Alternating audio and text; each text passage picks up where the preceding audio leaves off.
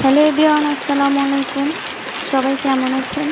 সকাল থেকে বৃষ্টি হচ্ছে, আর এই বৃষ্টি দেখে আমার ইচ্ছে করলো একটু সরষে ইলিশ খাই। আসলে বাঙালি বলে কথা তো, মাছে ভাতে বাঙালি আমরা, তাই একটু মাছ বেশি পছন্দ। তো যেই কথা সেই কাজ, ফ্রিজ থেকে 3টে ইলিশ বের করে নিল মা, আর এদিকে আমার ফুপু মাছগুলো কেটে দিচ্ছিল। আর এই যে দেখুন, সাথে মিনি তো আছেই, সে চলে আসলো মাছ খেতে, তার সাথে আর একজন নিয়ে আসলো। মাছ কাটা শেষ, এ পর্যায়ে মাছগুলো ধুয়ে নিচ্ছে।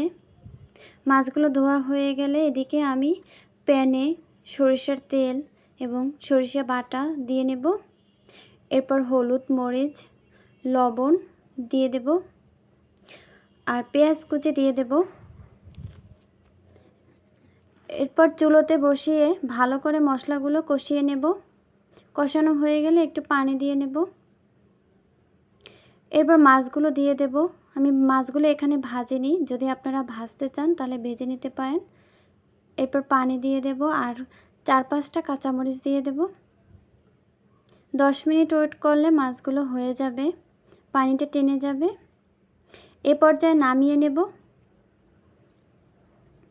আর পরিবেশন করব গরম গরম। আহা, সরিষা ইলিশ দেখতেই ভালো লাগছে।